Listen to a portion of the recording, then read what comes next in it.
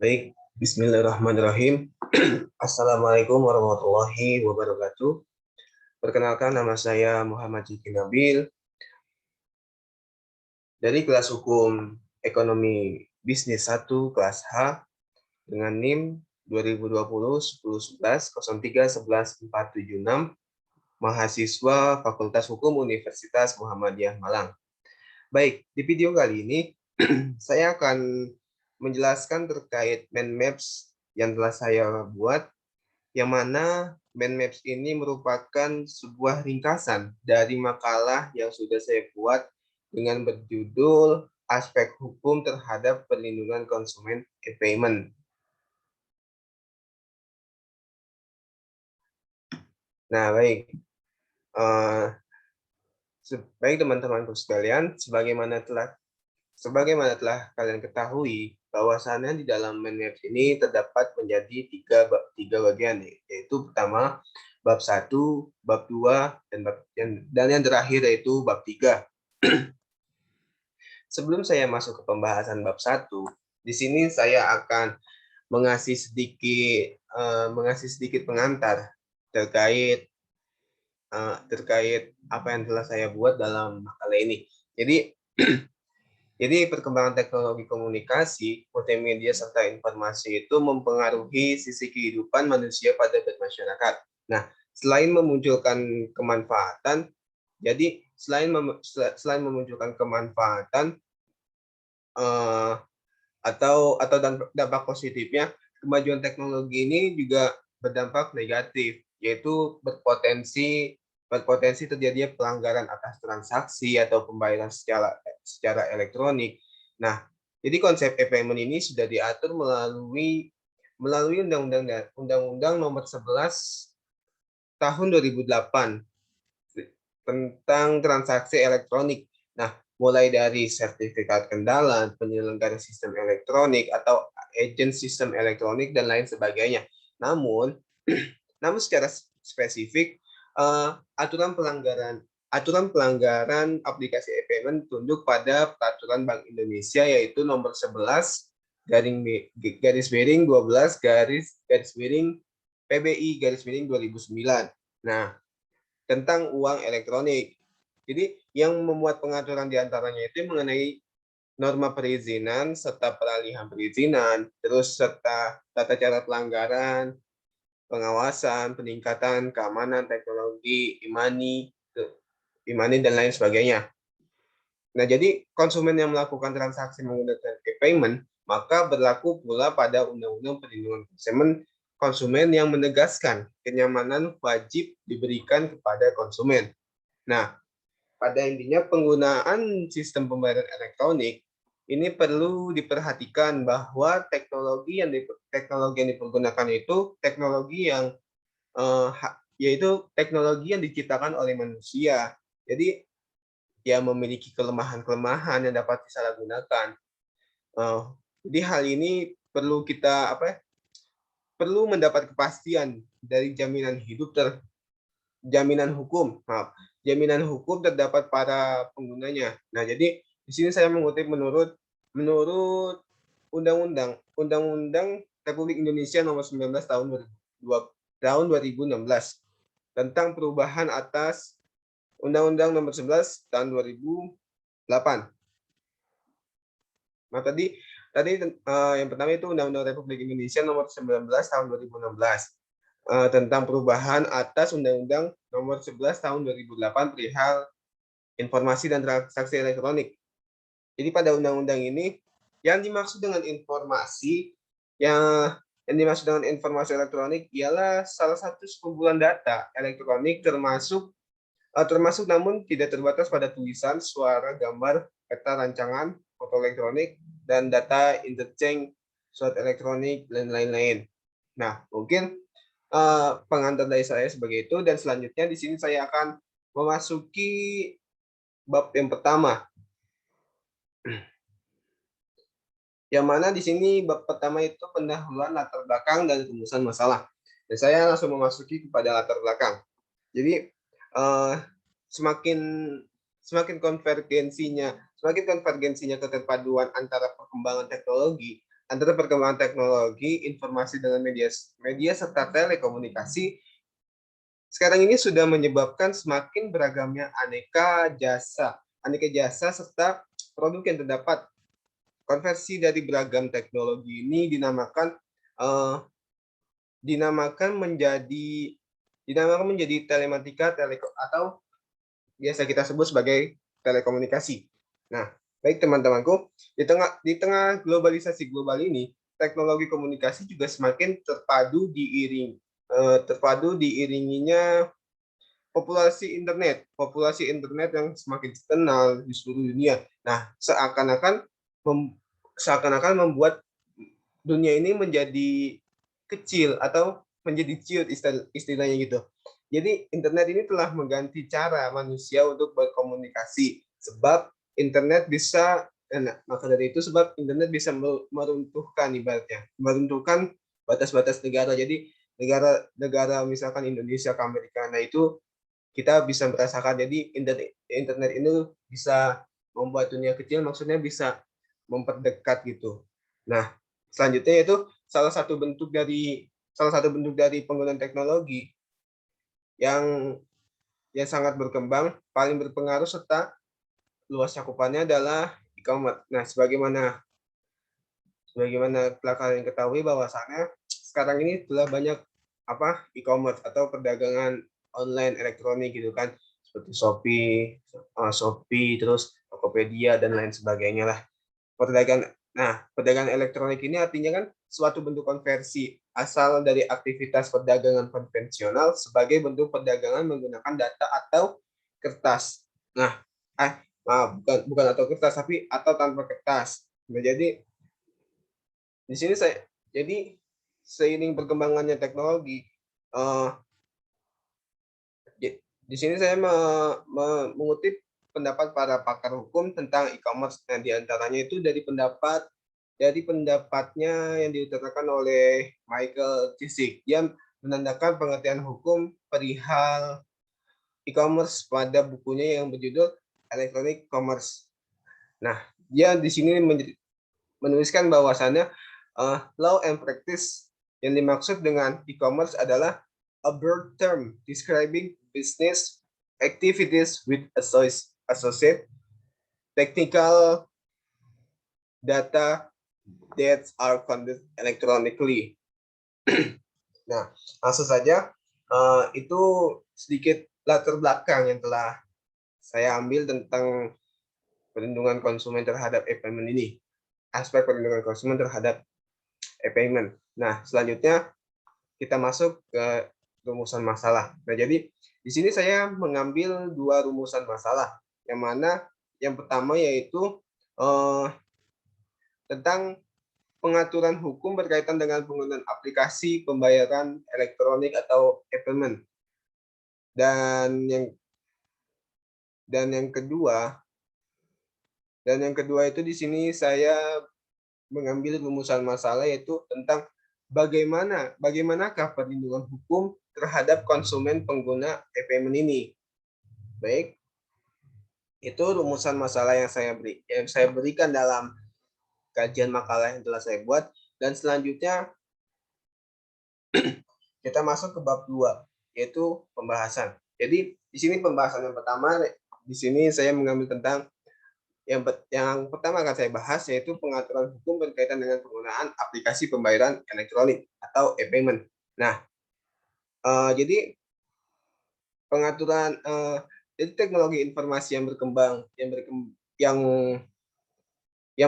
begitu pesatnya menyebabkan perubahan pada pola kegiatan dan kehidupan manusia, sehingga secara langsung mempengaruhi munculnya jenis perbuatan dan peristiwa hukum yang baru. Nah, misalnya online transaction.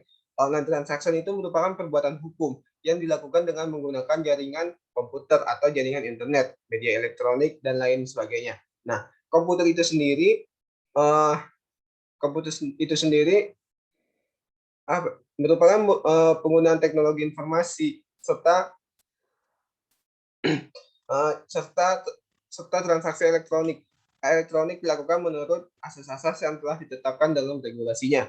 Nah, jadi sistem pembayaran e-payment ini kan dia merupakan sebuah instrumen atau sistem peraturan di mana sebuah lembaga itu mempertemukan pihak yang membayar dan menerima pembayaran dalam tataran dan menerima pembayarannya. Nah, jadi dalam tataran ini lembaga perbankan yang mempunyai fungsi intermediari apa tadi fungsi intermediari yaitu sebagai fungsi intermediari yaitu sebagai salah satu lembaga sistem pembayaran tersebut. Nah, jadi pembayaran bukanlah suatu proses yang berdiri. Jadi pembayaran itu bukan suatu proses yang dapat berdiri sendiri. Yang terjadi secara spontan Nah, jadi tanpa ada kaitannya dengan transaksi lain, sebab setiap pembayaran merupakan realisasi dari suatu transaksi ekonomi. Nah, berdasarkan jenis transaksi seperti yang telah dikemukakan di atas tadi itu, yang telah saya jelaskan di awal tadi itu,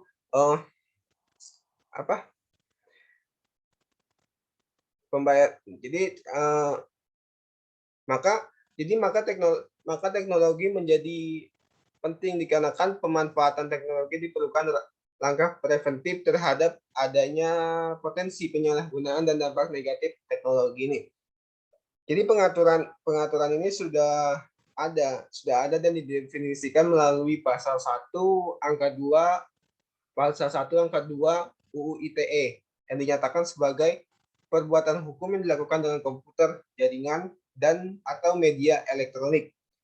Nah, jadi pengaturan selanjutnya ini ada di dalam peraturan pemerintah nomor 22 nomor 82 tahun 2012 tentang penyelenggaraan sistem dan transaksi elektronik. Nah, peraturan pemerintah ini memberi penjelasan dari beberapa ketentuan dalam Undang-Undang ITE. Nah, yang menginstruksikan peraturan pelaksanaannya. Jadi sistem elektronik dapat diselenggarakan sendiri penyelenggara sistem elektronik atau dapat mendelegasikan kepada penyelenggara agen elektronik itu tersebut. Nah, jadi penyelenggara agen elektronik dapat menyelenggarakan pada perjanjian antara pihak. Nah, permasalahan hukum dalam sistem elektronik ini terjadi apabila sistem pembayaran elektronik yang digunakan untuk melaksanakan transaksi elektronik mengalami kegagalan dan mengakibatkan kerugian. Nah, maka dari itu salah satu acuan penting pada perlindungan pemegang pada undang-undang perlindungan konsumen,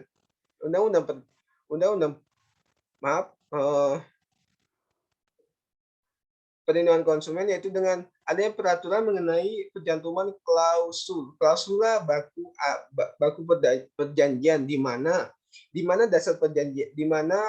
dasar peraturan dalam penggunaan alat pembayaran elektronik menggunakan uang elektronik adalah dengan menggunakan perjanjian baku, maka pencantuman klausula baku yang seimbang haruslah diatur. Nah, jadi isi dari klausula baku tersebut seringkali merugikan pihak yang menerima klausula baku tersebut. Nah, yaitu pihak konsumen atau pemegang pihak konsumen atau pelaksana e-payment itu dan yang mempunyai imaninya.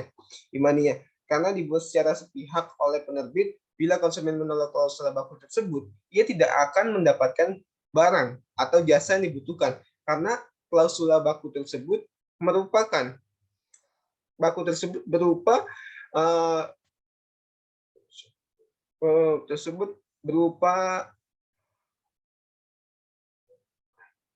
jadi karena klausula baku tersebut berupa akan ditemui di tempat lain, jadi seperti itu.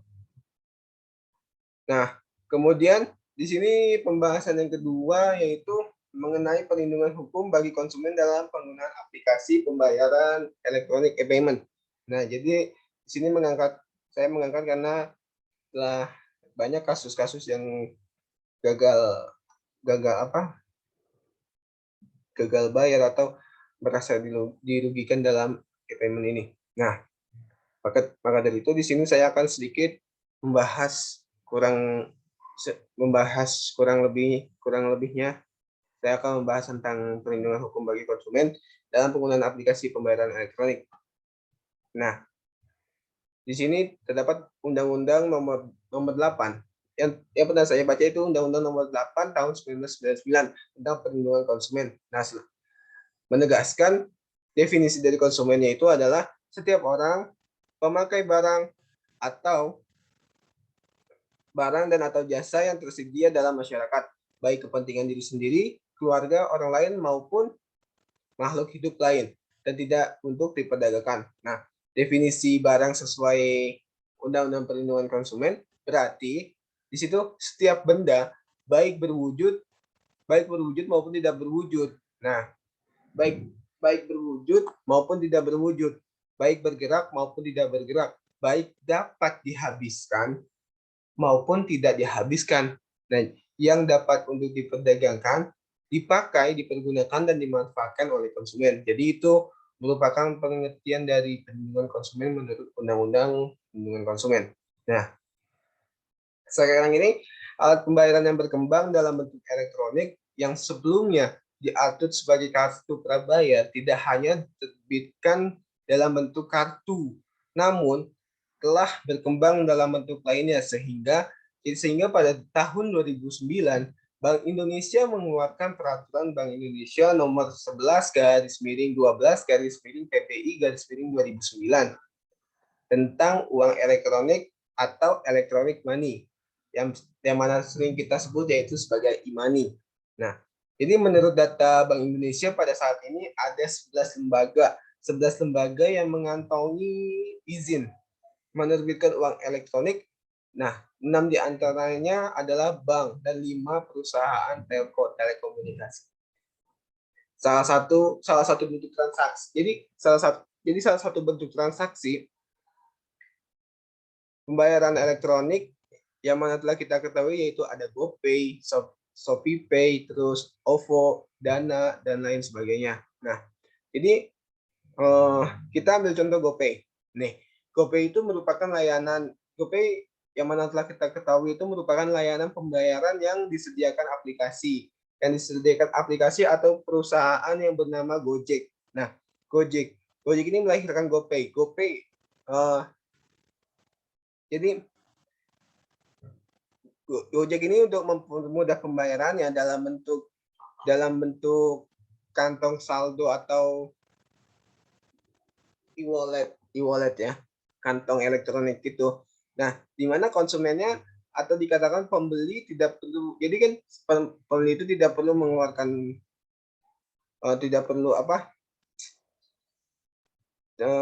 jadi si pembeli itu tidak perlu menggunakan uang cash. Jadi bisa dia tinggal top up GoPay dan dia pun bisa melakukan membayar pakai saldo GoPay-nya itu. Nah, yang belakangan ini kan layanan GoPay walaupun belum beberapa lama tapi kan sudah banyak dikenal di masyarakat zaman sekarang ini kan.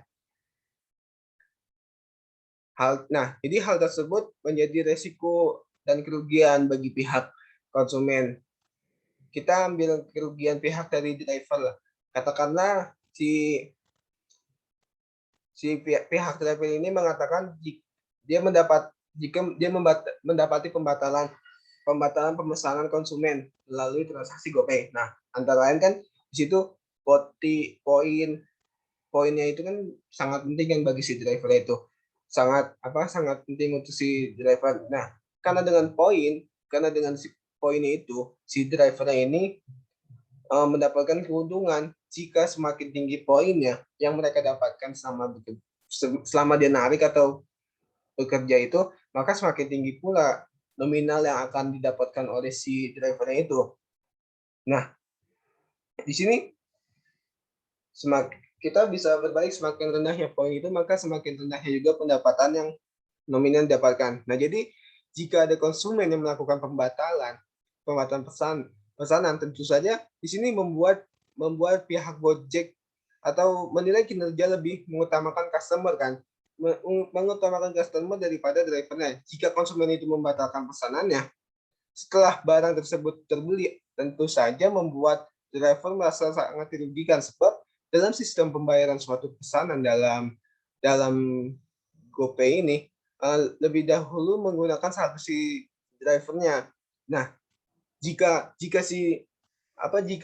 pesanan tersebut sudah sampai di tangan konsumen, maka total jumlah saldo yang dipesan konsumen akan masuk ke saldo sang driver. Jadi untuk hal ini konsumen tidak terlalu dirugikan gitu. Karena kan kita memesan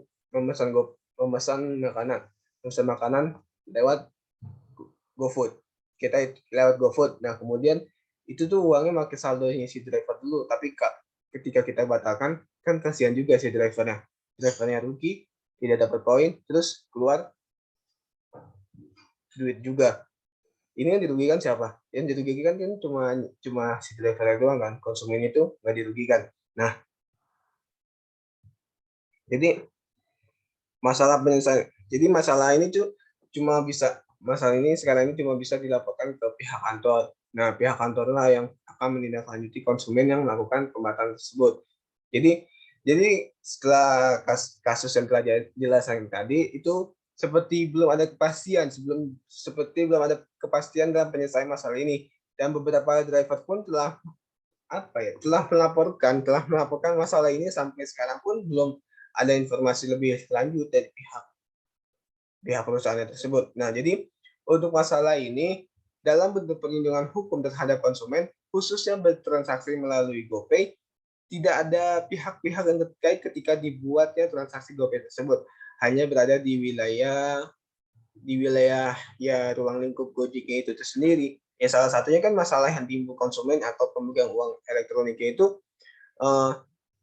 ini apa konsumen diantaranya itu kan hilangnya saldo yang tadi telah dikatakan tadi. Nah, untuk hal ketidaknyamanan, kerugian atau hilangnya uang elektronik yang tidak dapat digunakan konsumen, menurut Undang-Undang Perlindungan Konsumen dapat mengajukan klaim ganti rugi kepada penerbitnya itu sendiri. Jadi misalkan kita hilang di dompet digital kita, padahal kita tidak melakukan transaksi. Nah, kita itu dapat melakukan komplainnya itu kepada perusahaannya tersebut. Misalkan kita transfer melalui Dana ke Bank Mandiri, terus tiba-tiba transaksi pembayaran kita itu tidak masuk. Nah, kita melaporkannya itu kedua institusi. Yang pertama kita ngelaporin ke Dana dulu, dan kemudian kita melapor ke Mandiri, Bank Mandirinya itu. Jadi seperti itu. Nah, jadi kita lanjut. Pemegang uang elektronik dapat dirugikan baik secara material maupun imaterial apabila pelaku usaha dalam praktik tidak mengindahkan hak-hak konsumen, terutama hak kenyamanan. Ketika mengajukan klaim ganti rugi, dan konsumen harus tunduk pada syarat-syarat ketentuan yang telah ditentukan kemudian nanti. Jadi untuk mencegah kasus hilangnya uang elektronik yang sering terjadi, seharusnya kualitas uang elektronik yang memiliki standarisasi agar uang elektronik jaminannya itu dapat digunakan dengan baik, dapat dibaca oleh reader, tidak menyebabkan gagal transaksi. Oleh karena itu, pihak pun harus mempunyai referensi ketentuan hukum, dapat menjamin hak-hak kewajiban masing-masing pihak. Nah, setelah kita membahas kedua pokok pembahasan ini, di sini saya langsung mengambil kesimpulan, yang mana kesimpulan yang dapat saya ambil yang mana online transaction ini merupakan perbuatan hukum yang dilakukan dengan menggunakan jaringan komputer, media elektronik, dan lainnya. Nah, penggunaan teknologi informasi multimedia serta transaksi elektronik dilakukan menurut asas-asas yang telah ditetapkan dalam regulasi. Nah, sistem pembayaran adalah instrumen, sistem, dan peraturan di mana sebuah lembaga mempertemukan pihak yang membayar dan menerima pembayaran dalam tataran ini. lembaga perbankan yang mempunyai fungsi intermediary, yaitu sebagai salah satu lembaga, sebagai apa? Jadi sebagai salah satu maaf, sebagai salah satu lembaga yang mengeluarkan produk e-payment itu. Nah, kemudian dari definisi barang sesuai Undang-Undang Perlindungan Konsumen, yaitu berarti setiap benda baik berwujud maupun tidak berwujud, baik bergerak maupun tidak bergerak, baik dapat dihabiskan maupun tidak dapat dihabiskan, yang dapat diperdagangkan dan tidak dapat diperdagangkan dalam atau dimanfaatkan oleh konsumen. Jadi alat pembayaran yang berkembang dalam bentuk uang elektronik yang sebelumnya diatur dalam kartu prabayar tidak hanya diterbitkan dalam bentuk kartu, namun juga berkembang dalam bentuk lainnya, sehingga yang telah kita ketahui, kita jelaskan tadi, pada tahun 2009 Bank Indonesia itu mengeluarkan peraturan Bank Indonesia. Nah, terus kemudian jika ada konsumen yang melanjutkan pembatalan pesanan, tentu saja membuat pihak Gojek menilai kinerja lebih mengutamakan customer daripada drivernya. Jika pesanan tersebut sudah sampai di tangan konsumen, maka total jumlah saldo di pesan konsumen akan masuk ke saldo sang drivernya itu. Nah, jadi untuk masalah ini dalam bentuk perlindungan hukum terhadap konsumen, khususnya bertransaksi melalui GoPay, tidak ada pihak-pihak yang terkait ketika dibuatnya transaksi GoPay itu. Nah, jadi itu hanya berada di dalam ruang lingkup Gojek tersebut. Salah satu yang itu merupakan salah satu masalah yang timbul bagi konsumen atau pemegang uang elektronik. Di antaranya itu hilangnya saldo, gagal bayar, dan lain-lain. Jadi konsumen pemegang uang elektronik itu dapat dirugikan secara materi. Jadi selanjutnya itu konsumen pemegang uang elektronik itu dapat dirugikan secara material maupun imaterial apabila pelaku usaha dalam praktek tidak mengindahkan hak-hak konsumen, terutama hak kenyamanan ketika mengajukan klaim ganti rugi. Konsumen harus tunduk pada syarat ketentuan yang telah ditentukan kemudian. Nah, jadi untuk mencegah kasus ini, yaitu hilangnya uang elektronik yang sering terjadi, seharusnya kualitas uang elektronik itu memiliki standarisasi agar uang elektronik memiliki jaminan dapat dipergunakan dengan baik, dapat dibaca oleh si readernya itu, bisa katakanlah, dan kemudian tidak menyebabkan gagalnya transaksi. Nah, mungkin kesimpulan dari saya itu seperti itu. Dan untuk selanjutnya itu penutup, mungkin hanya sekian video penjelasan dari saya, kurang lebihnya mohon maaf. Wabillahi taufiq wal hidayah. Wassalamualaikum warahmatullahi wabarakatuh.